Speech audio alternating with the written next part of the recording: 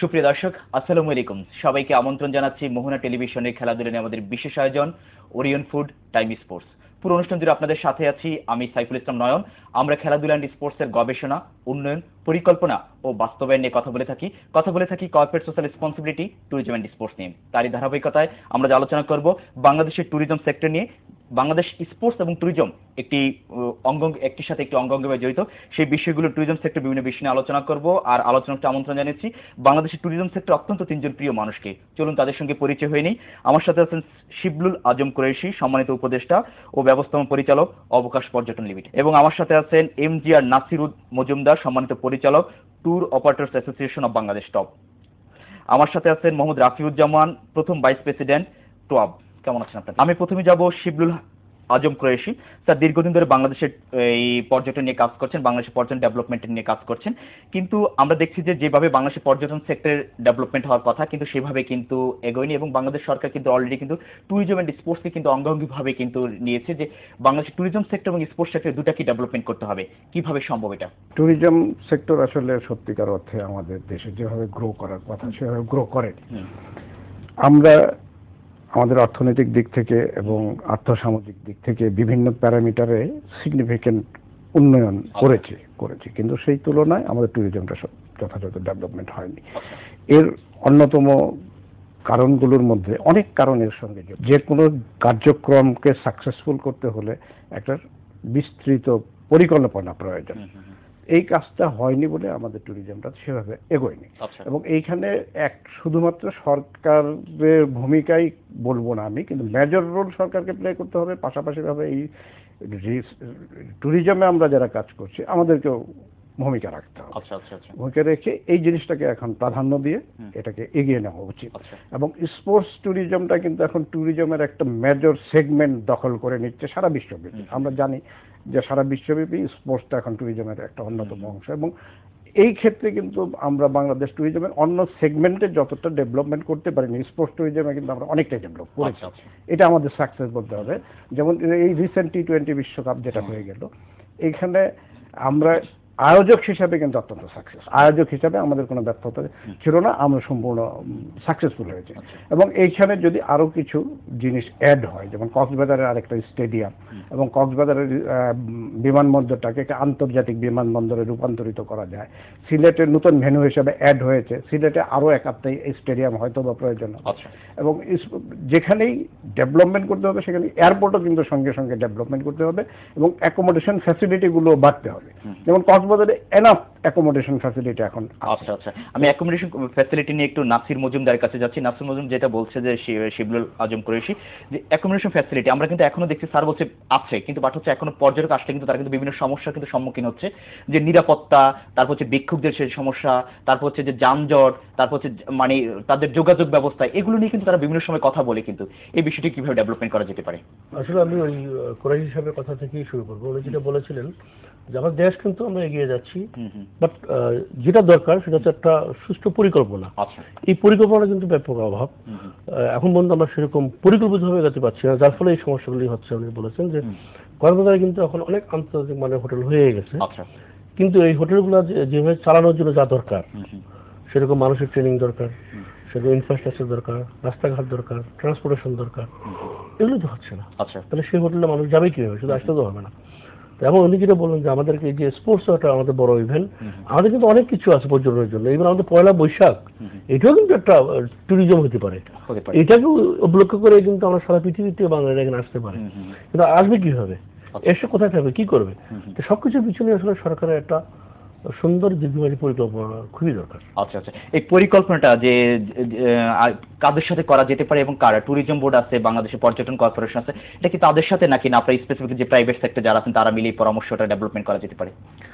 আপনাকে ধন্যবাদ। আমার দুই কলিগ যা বলেছেন আমি ওদের সাথে একমত যে আমরা কিন্তু ট্যুরিজমে পিছিয়ে আছি এই জিনিসটা বলবো না। বিশ্বের প্রত্যেকটা দেশে এই সমস্যা আছে। আমাদের পার্শ্ববর্তী কয়েকটা দেশে আমাদের চেয়ে বেশি আমরা নিরাপত্তার সমস্যার সাথে আমি সম্পূর্ণ দ্বিমত। আমাদের চেয়ে অনেক বেশি নিরাপত্তাহীনতায় ভোগেন ইন্ডিয়ার টুরিস্টরা। আপনারা প্রায়ই পেপারে দেখবেন যে কয়েকদিন পরপরই ওনারা মেয়েরা বিক্রিম হচ্ছেন, র্যাব হচ্ছেন। বাংলাদেশে স্বাধীনতা যুদ্ধের পর থেকে এই অবধি 40 বছরে একটা এক্সাম্পল দেখেন তো নারায়ণ সাহেব যে কোনো টুরিস্ট কোনো মাত্র মানে এই ধরনের আক্রান্ত হওয়া দূরের কথা, বিব্রত বোধ করেছেন কিনা আমাদের হসপিটালিটি দিয়ে একটা এক্সাম্পল আপনি দিতে পারবেন না। আমরা সারা বিশ্বে আমরা হসপিটালিটি জাতি, আমাদের এটা কোনো বিকল্প নেই। আর আপনি স্পোর্টস এই প্রোগ্রামটা মূলত স্পোর্টসকে নিয়ে, ট্যুরিজম আর স্পোর্টস অঙ্গাঙ্গি জড়িত এই কারণে যে সারা বিশ্বের প্রত্যেকটা মেগা ইভেন্ট স্পোর্টস ট্যুরিজমটাই বলে। এটাকে স্পোর্টস ট্যুরিজম বলে। ফরেনাররা যখন আসবেন বাংলাদেশে খেলতে, সে একটা ক্যাফেতে কফি খেতে যাবেন, একটা ডিপার্টমেন্টাল স্টোরে সুভিনির কিনতে যাবেন, এক বছর থাকবেন, এটাই ট্যুরিজম। ইহাকে বলে ট্যুরিজম। আমরা ট্যুরিজমে মোটেও পিছিয়ে নেই। আপনি কয়েকটা ডাটা দিই, আপনি ডোমেস্টিক ট্যুরিজম যেটা আমরা এত সুন্দরভাবে ডেভেলপ করেছি, এই ট্যুরিজম যদি ডেভেলপ না হতো, ডোমেস্টিক ট্যুরিজম আমরা ট্যুর অপারেটর যদি আটকে না রাখতাম, ওই প্রত্যেকটা লোক দেশে বাইরে চলে যেত, আমরা রেভিনিউ হারাতাম। এখনো কিন্তু যাচ্ছে, কিন্তু আপনার খুব কম সংখ্যক যাচ্ছে। আপনি জানেন যে domestic tourism Cox's Bazar, Kuakata, Saint Martin, even আমাদের আশপাশ, ঢাকার আশপাশ কোনো রিসোর্টে আপনি উইকডেতে কোনো গভর্নমেন্ট ভ্যাকেশনে কোনো রুম পাবেন না। সবগুলো কিন্তু প্রাইভেট সেক্টরই করেছে। আপনি আরো কয়েকটা এক্সাম্পল দিই আপনার বোঝার সুবিধার্থে। বাংলাদেশের ঢাকায় কয়টা গভর্নমেন্ট হোটেল আছে? 2টা, আর 2টা ইন্টারন্যাশনাল টিম, বাদ বাকি সব হোটেল মোটেল গেস্ট হাউস সব প্রাইভেট। কক্সবাজারের উপর প্রবাল আর শৈবাল ছাড়া, লাবণী ছাড়া, লাবণী এখন দিয়ে দিচ্ছে, লাবণী এখন লিজে দিয়ে দিচ্ছে, বাদ বাকি সব প্রাইভেট সেক্টরে। আমরা প্রাইভেট ট্যুর অপারেটরই ট্যুরিজমটার জন্য আপ্রাণ চেষ্টা চালাই, দেশ বিদেশে প্রপার প্রচারণা চালাই। আমাদের প্রাইভেট সেক্টরের লোকজনই গভর্নমেন্টকে বিভিন্ন দিক নির্দেশনা দেওয়ার জন্য চেষ্টা চালাই। আমার কলিগের কাছে বাজেট একটা শীট আপনি দেখতে পাবেন। গতকালও আমার কলিগরা, আমার প্রেসিডেন্ট সহ ফাইন্যান্স মিনিস্টারের সাথে, এনবিআর চেয়ারম্যানের সাথে বাজেটে কিভাবে নীতিমালা তৈরি করতে পারে ট্যুর অপারেটরের স্বার্থে এবার আমরা কথা বলেছি। আপনার সুযোগ দিলে আমরা এই কথাগুলো আবারও বলবো। আমি আপনাকে শুধু একটু বলে দিতে পারি, বাংলাদেশ উর্বর ট্যুরিজমের দিকে সরকার যদি প্রাইভেট সেক্টরকে হেল্প করে, নীতিমালা প্রণয়ন করে সঠিকভাবে থাকে, তাহলে আমরা নেপাল থেকে, ইন্ডিয়া থেকে কোনো অংশে কম টুরিস্ট পাবো না। আমি এই কথা সূত্র ধরে একটু কুরেশি সাহেবের কাছে যাব। কুরেশি সাহেব, যেটা হচ্ছে যে আপনার বাংলাদেশের যে সম্ভাবনাময় যে জায়গাগুলো আছে এখন, সেগুলো কিন্তু সরকার ডেভেলপমেন্ট করতে পারে, কিন্তু যেটা হচ্ছে টুরিস্ট জোন হিসেবে সেখানে ঘোষণা করতে পারে, সেগুলোকে সরকার একটা বাজেট, কিন্তু আমরা শুনেছি কয়েক বছর আগে আপনার যে বাজেট ঘোষণা করেছে, কিন্তু সেটাকে আমরা প্রপারলি কিন্তু সেটাকে ইউটিলাইজ করতে পারিনি, কিন্তু আমরা কিন্তু ট্যুরিজম ডেভেলপমেন্টের জন্য আর কি। এই বিষয়টি নিয়ে আপনি একটু বলেন। না, এখন পর্যন্ত আসলে ওইভাবে বাজেট অ্যালোকেশন হয়নি, কিন্তু সম্ভাবনাময় বা আমাদের দেশের ইম্পর্টেন্ট ট্যুরিজম স্পটগুলোকে ডেভেলপ করার জন্য কিছু পদক্ষেপ নেওয়া হয়েছে। যেমন গভর্নমেন্ট থেকে কক্সবাজারে tourism development authority, Cox's Bazar development authority এবং কুয়াকাটাতে কুয়াকাটা ডেভেলপমেন্ট অথরিটি করার জন্য পরিকল্পনা গ্রহণ করা হয়েছে। তো এই ডেভেলপমেন্ট অথরিটি হলে কিছুটা পরিকল্পনার আওতায় আমরা চলে আসবো, কিন্তু এটা কিন্তু কমপ্লিট পরিকল্পনা নয়। পরিকল্পনাটাকে আরো বিস্তৃত করতে হবে এবং সারা দেশব্যাপী বিস্তৃত করতে হবে। তারপরেও কিছুটা পরিকল্পনার আওতায় আসবো। তখন রাস্তাঘাট কোথায় হবে, বিল্ডিং কয়তলা হবে, বিল্ডিং এর সেফটি মেজার কি থাকবে, সোয়ারেজ সিস্টেম কি থাকবে, ভেন্টিলেশন কি থাকবে, এগুলো সব কিন্তু যাচাই বাছাই করে ডেভেলপমেন্ট অথরিটি প্ল্যান পাস করবে। তো তাতে করে কম বেশি আমরা অনেকটাই ইয়ের ভিতর চলে আসবো, সিস্টেমের মধ্যে চলে আসবো। তো এই পদক্ষেপটা আমি বলবো যে সরকারের অত্যন্ত সময় উপযোগী হয়েছে। সময় উপযোগী বলাটা অবশ্য ঠিক হবে না, কারণ এটা আরো অনেক আগেই হওয়া উচিত ছিল। যাই হোক, তারপরেও হয়নি, বর্তমান সরকার নিয়েছে, আমি মনে করি যে এটা ধন্যবাদযোগ্য। নাসির মজুমদার, যেটা হচ্ছে যে আমাদের দেশে কিন্তু পর্যটক যারা আছে, যে টুরিস্টরা, তাদের কিন্তু এই সম্পর্কে কিন্তু ধারণা খুব কম। আমরা দেখি সময় সময় দুর্ঘটনা ঘটছে, কিন্তু আমরা দেখছি তো তাদেরকে মানে একটা ধারণা নিয়ে কিন্তু আমরা জানি যে একটা জায়গায় যেতে হবে এই কথা, কিন্তু তারা কিন্তু সেই ধরনের ধারণা নিয়ে কিন্তু যাচ্ছে না। কিন্তু এই ধরনের অনেক দুর্ঘটনা কিন্তু আমাদের দেশে ঘটছে, কিন্তু সেটার জন্য কি করা দরকার? ট্যুরিজম কিন্তু আমরা দুই রকম করি সাধারণত, ইনবাউন্ড এন্ড আউটবাউন্ড। আপনি যেটা বলছেন এটা হচ্ছে ডোমেস্টিক, আর একটা আছে ডোমেস্টিক ট্যুরিজম, যেটা আমাদের দেশের লোকেরা দেশের মধ্যে ঘুরে। আর যারা বিদেশিরা বাংলাদেশে যখন আসে ওদের বলে আমরা ইনবাউন্ড ট্যুরিজম, আর বাংলাদেশিরা যখন বাইরে যায় এটাকে বলে আমরা আউটবাউন্ড ট্যুরিজম। ট্যুরিজমটা আমরা 3 ভাগে ভাগ করা। আপনি যেটা বলছেন মোস্ট এটা হচ্ছে যে ঘটনাটা ঘটলো সম্প্রতি সেন্ট মার্টিনে, এটাই বলবো আসলে এটা তো হচ্ছে যে অ্যাক্সিডেন্টটা ঘটেছে এখানে। আপনি জানেন সমুদ্র এখানে কিছু সাবধানতা অবলম্বন করে। আমরা জানি জোয়ার এবং ভাটা একটা সময় থাকে, আমরা কিছু নিয়ম কানুন কিন্তু আমরা ন্যাচারালি আমরা এমনিতেই জানি। এখন যে ঘটনাগুলি ঘটে মাঝে মাঝে সেটা হচ্ছে আসলে এখানে আমাদের যে অনেক কিছু করার আছে তা না, এখানে যিনি টুরিস্ট তারও কিছু দায়িত্ব থাকে। সাধারণত যারা বয়সে খুব তরুণ থাকে, তারা একটু দলবদ্ধ থাকলে মনের সাহসটা বেশি থাকে, তারা অনেক কিছুই একটু বেশি করে ফেলে, সেটা তো পুলিশ বা কোনো কিছু দমাতে পারবেন না। সমস্ত ছাত্র একসাথে নামছে পানিতে, ওর সাথে কাটতে কাটতে দূরে চলে যাচ্ছে। তারপরে কিন্তু আমরা যথেষ্ট আমাদের লোকাল লোকরাও, আপনি যেটা বিষয়ে বললেন, যে আমাদের জাতিটাই কিন্তু আমরা একটু অতিথি পরায়ণ জাতি। আমরা শুধু বিবিসি না, আপনিও যে দৃষ্টি বেড়াতে যান সেখানে লোকরাও একটা গ্রামে গেলেও সবাই দেখবে এই লোকটা কোথায় আসে, কার বাড়িতে যাবে, কোথায় যাবে, তাকে কিভাবে হেল্প করা যায়, রাস্তাঘাট দেখে কিংবা কোনোভাবে। আমি বলবো এখানে আসলে আমাদের খুব একটা পরিকল্পনা বা আমাদের ব্যর্থতা না, এটা ট্যুরিস্টদেরও একটু শিক্ষিত হইতে হবে। সেটার জন্য আমরা হয়তো আর একটু প্রচার চালাতে পারি বা আর একটু কিছু আরো ইয়ারমার্কটা করে ওখানে দিতে পারি। ওই জন্য যেটা বললাম যে আসলে আমাদের আপনি যে কথাটা আবারও আসতেছেন, আপনি ওনাকে জিজ্ঞেস করতেছিলেন যে ওই যে পরিকল্পনা যে কথা বলতেছিলেন যে কিভাবে করা যায়, সেটা আমি বলবো এখন যেটা কোরাইশ সাহেব বলেছেন যে বর্তমান গভর্নমেন্ট বেশ কিছু ভালো উদ্যোগ নিয়েছে, যেমন ওই যে ট্যুরিজম বোর্ড করেছেন। আগে তো পর্যটন কর্পোরেশন আগেও ছিল, এখন ট্যুরিজম বোর্ড করেছেন আলাদা করে, যাতে ট্যুরিজমটাকে আরো ডেভেলপ করা যায়। এখন ট্যুরিজম একটা বোর্ডে, সে বোর্ডে কিন্তু আমরা যারা বেসরকারি এন্টারপ্রেনাররা, আমাদের যে অ্যাসোসিয়েশনগুলি আছে 2-3টা অ্যাসোসিয়েশন, আমরাও কিন্তু ওখানকার মেম্বার। এখন কিন্তু আমরা সবাই মিলিয়ে একটা যৌথ পরিকল্পনা করবো, যে পরিকল্পনা আমাদের ওই যে 3 শ্রেণীর যে ট্যুরিস্ট সবাই যেন উপকৃত হতে পারে। আমি রাফিউজ্জামানের কাছে একটা প্রশ্ন রেখে বিরতিতে যাবো, সেটা হচ্ছে যে আসলে বাংলাদেশের ট্যুরিজম সেক্টরকে এখন ডেভেলপমেন্ট করার স্পেসিফিকলি আমাদের কোন দিকগুলোর প্রতি নজর রাখতে হবে, এই প্রশ্নটা রেখে আমরা একটা ছোট বিরতিতে যাব। সুপ্রিয় দর্শক, আমরা যাচ্ছি ওরিয়ন ফুড টাইম স্পোর্টসের ছোট্ট একটা বিরতিতে, আশা করছি আমাদের সাথে থাকবেন।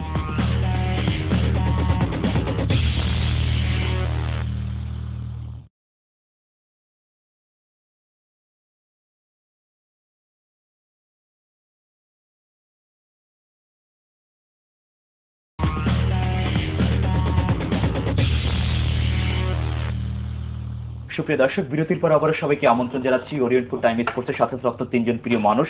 রহিমুজ্জামান, আমরা যে কথাটা রেখে, রাফিউজ্জামান, আমরা যে এই প্রশ্নটা রেখে আপনার কাছে আমরা বিরতিতে গিয়েছিলাম যে আসলে আমাদের ডেভেলপমেন্ট করতে হলে স্পেসিফিকলি কোন বিষয়গুলোর দিকে আমাদের এখন নজর দিতে হবে। আপনার মাধ্যমে সরকারকে জানাতে যাচ্ছি যে জিনিসগুলো আমরা প্রাইভেট সেক্টরে করতে পারবো না, সেইগুলো সরকার করতে হবে। কয়েকটা এক্সাম্পল দিই। একটা হচ্ছে প্রচার আমাদের ট্যুরিজম বহির্বিশ্বে পৌঁছে দেওয়ার জন্য সরকারকে আগায় আসতে হবে। আপনি দেখেন ইন্ডিয়া, সে ইনক্রেডিবল ইন্ডিয়া হিসেবে সারা বিবিসি, ভয়েস অফ আমেরিকায়, আল জাজিরা অ্যাড দিচ্ছে, সিঙ্গাপুর দিচ্ছে, মালয়েশিয়া, ট্রুলি এশিয়া দিচ্ছে, থাইল্যান্ড দিচ্ছে। আমরা বাংলাদেশ এই জিনিসটুকু করতে পারি না। তো আমরা সেই কারণে গভর্নমেন্টকে অনুরোধ করব যে আপনি বিভিন্ন দেশের ইলেকট্রনিক্স মিডিয়ায় এই প্রচারগুলো চালান। সেখানে তো সরকার একটা লিমিটেশনের ব্যাপার আছে, কিন্তু আমরা যদি চাই তাহলে কিন্তু আমরা পারছি না। কিন্তু সরকার সেই ক্ষেত্রে কয়েকটা সুযোগ নিতে পারে, যেমন মেগা ইভেন্টগুলো, বিশেষ করে ক্রিকেটে বেশ কয়েকটা ইভেন্ট উপর্যুপরি বাংলাদেশ হচ্ছে এটা অনুঘটক, বাংলাদেশ এটা বেনো টি20, তারপর ওয়ার্ল্ড কাপ, আর এই বছর আমরা যেটা একক হোস্ট কান্ট্রি হিসেবে আমরা এককভাবে যেটা করেছি, সেই সময় আমাদের যে বিভিন্ন টুরিস্ট পয়েন্টগুলো আছে প্রত্যেকটা বিরোধীতে ওই পয়েন্টগুলোকে ফোকাস করতে হবে। এই জিনিসগুলো সরকার করে নাই। আপনি প্রায় লক্ষ্য করবেন ওয়ার্ল্ড কাপ, যে ব্রাজিলে ওয়ার্ল্ড কাপ আসবে, সে দেখবেন যে একটা খেলার পর বিরতিতে তার যে কোনো টুরিস্ট পয়েন্টকেই স্ক্রিনে নিয়ে আসবে। আমরা প্রত্যেকটা ওভার শেষ হওয়ার পর কিংবা উইকেট পড়ার পর আমরা কক্সবাজারকে, সেন্ট মার্টিনকে, কুয়াটাকাকে, হাওর বিলকে এগুলোকে আমরা নিয়ে আসতে পারতাম। এইগুলো আমরা করি নাই। এর জন্য ফান্ডের প্রয়োজন পড়ে না, ইনিশিয়েটিভের প্রয়োজন পড়ে। এই জিনিসগুলো আমরা প্রাইভেট সেক্টরে করতে পারবো না। আর আপনাকে আরেকটা কথা বলি, আপনি একটু আগে আমার কলিগ নাসির সাহেবকে বলছেন যে দুর্ঘটনাটুকু, এই ঘটনাগুলো ঘটতো না যদি ওই টুরিস্টরা, ডোমেস্টিক ট্যুরিস্টরা, ওরা যদি কোনো ট্যুর অপারেটর, প্রফেশনাল ট্যুর অপারেটরের মাধ্যমে যদি এই ট্যুর কাজটা পরিচালনা করতে, কারণ প্রফেশনাল ট্যুর অপারেটরের মাধ্যমে যদি বিভিন্ন জায়গায় যায় তাহলে আমরা প্রফেশনাল গাইড যাই। আরেকটা কথা বলে থাকি, সরকার প্রত্যেকটা পয়েন্টই বিভিন্ন দিক নির্দেশনা যদি প্রচার চালাতেন, দিক নির্দেশনা দেওয়া থাকতো, আর টুরিস্টরা যদি এটা ফলো করতো তাহলে হয়তো বা এই দুর্ঘটনা কখনো ঘটতো না। আমরা কখনোই আশা করব না যে মনে একটু যোগ করতে চাচ্ছিল অনেকক্ষণ ধরে বিষয়টা নিয়ে। আর কি বিষয়টি আমি একটু যোগ করতে চাচ্ছি, সেটা হলো এই যে দুর্ঘটনাগুলো, এগুলো অত্যন্ত দুঃখজনক এবং এটা আমাদের সবার হৃদয়কে ছুঁয়ে যায়। যে ছাত্রটা মারা গেছে সে আমার ছেলেও হতে পারতো, আমার ভাস্তা হতে পারতো। তো এইটা যে কারণগুলো, তার মধ্যে অন্যতম কারণ হলো যে এরা ইন্ডিভিজুয়ালি নিজেদের মতো করে যায়। যাওয়ার কারণে যে ব্রিফিংগুলো একজন ট্যুরিস্টকে দেওয়া প্রয়োজন, সেই প্রয়োজনীয় ব্রিফিং গুলো দেওয়া হয় না। যেটা রাফি ভাই বললেন যে এরা যদি কোনো ট্যুর অপারেটরের মাধ্যমে যেত তাহলে কিন্তু প্রপার ব্রিফিং করে দিত, এটা একটা ফ্যাক্টর। তারপরে আমাদের ম্যানেজমেন্টের যে কিছু লিমিটেশন নাই তা আমি বলবো না। যেমন সেন্ট মার্টিস আমার নিজের হোটেল আছে, তো সেন্ট মার্টিস এই দুর্ঘটনাটা ঘটেছে, যার জন্য আমি এটাকে ভালো করে উপলব্ধি করেছি। ওইখানে যদি বিচ ম্যানেজমেন্ট কমিটি থাকতো সরকারি পর্যায়ে, আগে কোনো বিচ ম্যানেজমেন্ট কমিটি ছিল না, এই দুর্ঘটনার পরে ক্রিয়েট হয়েছে, তাহলে হয়তো বা ফ্ল্যাগ উড়ানোর একটা ব্যবস্থা থাকতো। আচ্ছা, সেটা ভবিষ্যতে ইনশাল্লাহ হবে, যেহেতু এখন নতুন করে কমিটি হয়েছে। এবং আরেকটা জিনিস, এই যে ইয়াং ছেলেপেলেরা কিন্তু ইনস্ট্রাকশনে ফলো করতে চায় না, এটা একটা বড় ফ্যাক্টর। এবং নাসির সাহেব শুরু করেছিলেন যে তারা কিন্তু প্রপার ব্রিফিং নিয়ে যায় না। যে কোনো জায়গায় বেড়াতে গেলে কিন্তু ট্যুরিস্টদেরও কিছু করণীয় বর্জনীয় আছে, তাদেরকে ওই জায়গা সম্বন্ধে ভালো করে ধারণা নিয়ে যেতে হবে এবং সেই ধারণাটাকে বাস্তবে কাজে লাগাতে হবে। এই বিষয়টা অত্যন্ত ইম্পর্টেন্ট। এটার জন্য আমাদেরকে যেটা হবে সচেতনতামূলক পদক্ষেপগুলো নিতে হবে। এটা আমরা শুধু সরকারের উপর ছেড়ে দেব না, আমরা যারা এই পেশায় আছি আমাদের ট্যুরিস্টদেরকে আমরা এই ব্যাপারে সচেতন করে তুলব, তাহলে এই দুর্ঘটনাগুলো অনেক কমে যাবে। আচ্ছা আচ্ছা, নাসির মুজাম্মেল, যেটা হচ্ছে যে কক্সবাজারে দেখেছি যে বর্তমান সরকার ক্রীড়া বান্ধব সরকার, ক্রীড়া ডেভেলপমেন্টের জন্য এবং পর্যটন ডেভেলপমেন্টের জন্য কিন্তু কক্সবাজার একটি মানে স্টেডিয়াম, বেশ ইন্টারন্যাশনাল একটি স্টেডিয়াম সেখানে করতে যাচ্ছে আর কি। এইটা বাংলাদেশের টুরিস্টের ক্ষেত্রে কতটুকু ফ্যাসিলিটি করবে এবং সুযোগ সুবিধা, এবং হচ্ছে আমি যেটা বোঝাতে চাচ্ছি যে আসলে এটা বাংলাদেশে কতটা শুভ হয়ে আনবে আর কি। এটা নিঃসন্দেহে একটা ভালো উদ্যোগ। আমরা কক্সবাজারে যদি একটা স্টেডিয়াম ইন্টারন্যাশনাল মানে করে, অলরেডি কিন্তু সরকার কিন্তু উদ্যোগ নিয়েছে এবং সেখানে এখানে সাথে সাথে এখানে যোগ করতে হবে ট্রান্সপোর্টেশন, দ্যাট ইজ ট্রেন লাইনটা দিয়ে যেতে পারে। ঢাকা থেকে কিন্তু কক্সবাজারের দূরত্ব কিন্তু অনেক বেশি, আমি সেটাই বললাম, যোগাযোগ ব্যবস্থাকে ডেভেলপমেন্ট করতে হবে। একটা হচ্ছে আমরা তো বাইরে যেতে পারি বা যেতে পারি, যদি ট্রেন লাইনটা কক্সবাজার পর্যন্ত নিয়ে চলে যায় আচ্ছা আর একটা বেটার হবে। আর ওইটা কেন আমি বলবো যে কুয়াকাটাও গভর্নমেন্ট যেন একটা স্টেডিয়াম করেন। আচ্ছা, সিলেটের স্টেডিয়াম আছে, আসলে আমাদের তো চিটাগাং, সিলেট, কুয়াকাটা, কক্সবাজার এগুলি তো আমাদের ট্যুরিজমের মেন অ্যাট্রাকশন প্লেসগুলো, যেখানে স্টেডিয়ামগুলো সম্ভব। এবং স্টেডিয়ামগুলো আসলে এই শহরের মধ্যে রাজনীতি না হয়ে এই সমস্ত জায়গায় হওয়া ভালো, এবং সেখানে রিয়েলি এটা ট্যুরিজমের যে একটা আপনার ফ্লেভার সেটা আপনি পাবেন, খেলাও দেখতে পাবেন, আবার প্রাকৃতিক যে জিনিসগুলো সেটাও টুরিস্টরা উপভোগ করতে পারবেন। কিন্তু আরেকটা বিষয় হচ্ছে যে রাফিউজ্জামান, যে আসলে সুন্দরবনের যে আমাদের সুন্দর যে বিষয়টা আছে সেটা কিন্তু আস্তে আস্তে কিন্তু হারিয়ে যাচ্ছে। আমাদের রয়্যাল বেঙ্গল টাইগার, আমাদের যে প্রাকৃতিক যে বিষয়গুলো সেগুলো আস্তে আস্তে কিন্তু বিলীন হয়ে যাচ্ছে। কিন্তু আসলে এগুলোকে ধরে রাখার জন্য আমাদের কি করা দরকার? এই জন্য সরকার কথা বলি কিন্তু সবসময় কিন্তু আমরা কিন্তু নয়, আপনি একটু যদি বলার সুযোগ দেন। এই জন্য সরকার পুরোপুরি না হলো আংশিক দায়ী। যেমন সিজনের সময় অক্টোবর থেকে ফেব্রুয়ারি অবধি প্রতি শুক্রবারে 400 থেকে 500 লঞ্চ ঢুকে যায় সুন্দরবনের ভিতরে, ঢুকে যাচ্ছে। সরকার নীতিমালা নেই, সরকারের কোনো রেসপন্সিবল ট্যুরিজম নেই। সুন্দরবনটাকে আমরা মেরে ফেলতেছি, আমরা সুন্দরবনকে রক্ষাবেক্ষণ। আপনি যদি চিন্তা করেন 400 লঞ্চ যদি ঢুকে, প্রতি লঞ্চে 50 জন করে লোক থাকে, তাহলে 20,000 লোক রাত্রের বেলা শাউট করতেছে, কেউ বারবিকিউ করতেছে, সব এইগুলো আমরা খুব বেশি আক্রান্ত হয়ে যাচ্ছি। জীবজন্তু আসবে কিভাবে? ওদের ফায়ার ক্যাম্পে, ফায়ার ওয়ার্কে, বারবিকিউর ডাক ডোল মাইক আওয়াজে জীবজন্তু বাথরুম তো পালায়, বাচ্চা আপনার আসার কথা না। আপনার শরীর মানে বিভিন্ন, আমাদের সবচেয়ে বড় এফেক্ট হচ্ছে কোন জিনিসটুকু, যে বর্জ্যগুলো ফালাচ্ছি পানিতে। আচ্ছা, আমরা জীববৈচিত্র্য নষ্ট করে ফেলছি পরিবেশটা। সেই কারণে আমাদের প্রাইভেট সেক্টর যারা ট্যুর অপারেটর, সে তো তার মুনাফার জন্য এই বিবেকটুকু কাজ নাও করতে পারে, কিন্তু সরকার তো গাইডলাইন থাকবে, সরকার তো প্রটেক্ট দিতে হবে। সরকার কি আপনাদের জন্য কোনো গাইডলাইন দিয়েছে? 100%। আমরা কয়েকদিন আগে সুন্দরবন নীতিমালা সরকারের কাছে প্রপোজ দিয়েছি। সরকারকে আমরা এই কথা বলেছি যে আপনি রেসপন্সিবল ট্যুরিজম করেন। আমরা যে হাঁসটুকু ডিম পারে, স্বর্ণের ডিম, হাঁসটুকু খাবো না, ডিমটুকু খাই। সুন্দরবনটাকে আমরা রক্ষা করি। আপনি কল্পনা করতে পারবেন না, ইন্ডিয়ার পশ্চিমবঙ্গের সুন্দরবন 40%, 60% আমরা, ওরা বহু দূর থেকে টুরিস্টরা দেখে ওদের সুন্দরবন। আর আমরা তো একদম চিক দিয়ে, খাল দিয়ে পারলে বাঘের পায়ের কাছে নিয়ে যাই। এত ট্যুরিজমটাকে বহির্বিশ্বের পরিচয় করার জন্য শুধু প্রচার, বিপণন আর সুযোগ ইনফ্রাস্ট্রাকচার করলে চলবে না। এক্সাম্পল তো কক্সবাজার, ইনফ্রাস্ট্রাকচার নাই এখন এমন বেশি হয়ে গেছে, কিন্তু ভাঙতে হবে অল্প কদিন পর। সেই কারণে আমার বিশেষ করে অনুরোধ আমাদের ট্যুর অপারেশনের পক্ষ থেকে সরকারকে শক্ত এবং কার্যকরী নীতিমালা প্রণয়ন করতে হবে, যা প্রত্যেকটা ট্যুর অপারেটর, প্রত্যেকটা টুরিস্ট মানতে বাধ্য। আচ্ছা, আমি সুন্দরবনের ব্যাপারে একটু অ্যাড করতে চাই। সুন্দরবনটা আসলে অত্যন্ত দুর্লভ একটা স্পট আমাদের দেশে আছে যেটা বিশ্বে খুবই বিরল। আচ্ছা, এটা ধ্বংস হয়ে যাচ্ছে, এটা আমরা সবাই বুঝি, কিন্তু ধ্বংস কিভাবে হচ্ছে এগুলোকে আমাদের মিনিমাইজ করার ব্যবস্থা করাটা অত্যন্ত জরুরি। যেমন বন কেটে ফেললে বন শেষ হয়ে যাবে, এটা অবশ্যম্ভাবী। এবং রাফিউজ্জামান সাহেব যে বললেন একসঙ্গে এতগুলো জাহাজকে পারমিশন দেওয়া হচ্ছে, এইটাতেও একটা লিমিটেশন থাকা উচিত যে ইন এ ডে এতগুলোর বেশি লোক ওখানে অ্যালাউ করা হবে না, একটা লিমিট থাকা উচিত। মোরওভার সুন্দরবনটা কিন্তু বেশ বড় এলাকা, 6000 বর্গ কিলোমিটার। তো এইখানে আপনার আমাদের প্রেশারগুলো পরে কটকা, কচিখালি, হিরন পয়েন্ট, দুবলাচর, এই কয়টা পয়েন্টের উপরে। তো এখন গভর্নমেন্ট যদি একটু মিজান নেয় যে আমি কটকাতে একদিনে 10টার বেশি জাহাজ দিব না, তারপরে কেউ চাইলে তাকে বলবো যে তুমি আরেকটা স্পটে যাও।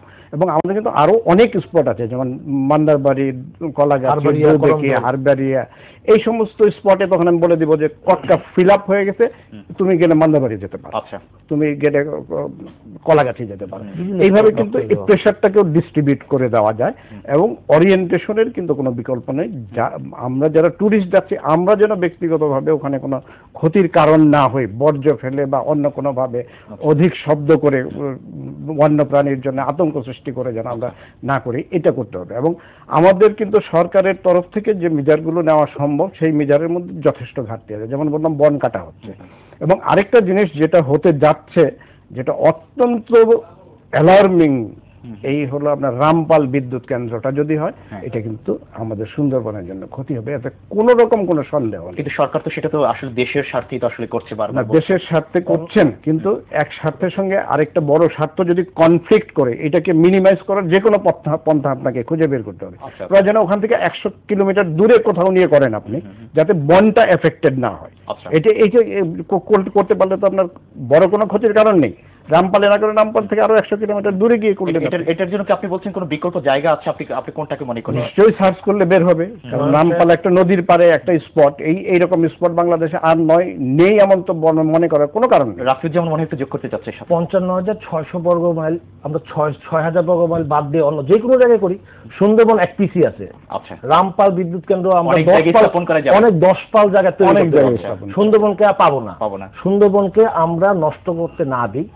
সুন্দরবন শুধু ওয়ার্ল্ড হেরিটেজ সাইট না, জীববৈচিত্র্য রক্ষা করার জন্য সুন্দরবন দরকার। আচ্ছা, বাধা আছে এবং আসলে আমাদের যে উন্নয়নশীল দেশ, আসলে অনেক বাধা এবং প্রতিকূলতা আছে। তার মধ্যে আসলে আমাদের ট্যুরিজম সেক্টর ডেভেলপমেন্ট করতে হবে এবং আপনারা যারা বেসরকারি পর্যায়ে আছেন তারাও এটার প্রতি খুবই সচেতন হতে হবে এবং তারা ডেভেলপমেন্টের দিকে আরো বেশি মুভমেন্ট হতে হবে, আমি আশা করছি। আমরা যথেষ্ট সতর্ক কিনা সেটা যদি আমি দাবি নাও করি, কিন্তু আমরা সতর্ক। সরকারকে এই সমস্ত বিষয়গুলোকে রিপিটেডলি বলা হয়েছে যে একই সঙ্গে অধিক সংখ্যক টুরিস্টকে অ্যালাউ করবেন না, একই স্পটে অধিক সংখ্যক টুরিস্ট অ্যালাউ করবেন না, মাইক বাজানোর ব্যবস্থা যেন না থাকে, এই সমস্ত কথাগুলো আমরা একটি জিনিস হচ্ছে কাগজে কলমে না থাকে, এগুলো যেন বাস্তবায়ন হয় এবং বাস্তবায়ন হলে তাহলে আমাদের ট্যুরিজম সেক্টর বেশ এগিয়ে যাবে। নাসির মজুমদার এবং রাফিউজ্জামান এবং শিবলুল আজম কুরেশি, আপনার তিনজনকে অসংখ্য ধন্যবাদ আমাদেরকে সময় দেওয়ার জন্য। সুপ্রিয় দর্শক, আমরা আমাদের অনুষ্ঠান একেবারে শেষ প্রান্তে, তবে যাবার আগে বলছি, ট্যুরিজম এবং স্পোর্টস সম্পর্কে যে কোনো তথ্য এবং মতামত আপনি আমাদেরকে জানাতে পারেন। আপনি জানান আমাদেরকে, আমরা জানাবো গোটা বিশ্ববাসীকে। এতক্ষণ আমাদের সাথে থাকার জন্য সবাইকে অসংখ্য ধন্যবাদ জানিয়ে আমি সাইফুল ইসলাম নয়ন এখানে বিদায় নিচ্ছি। ভালো থাকতে হবে সবাইকে। আল্লাহ হাফেজ।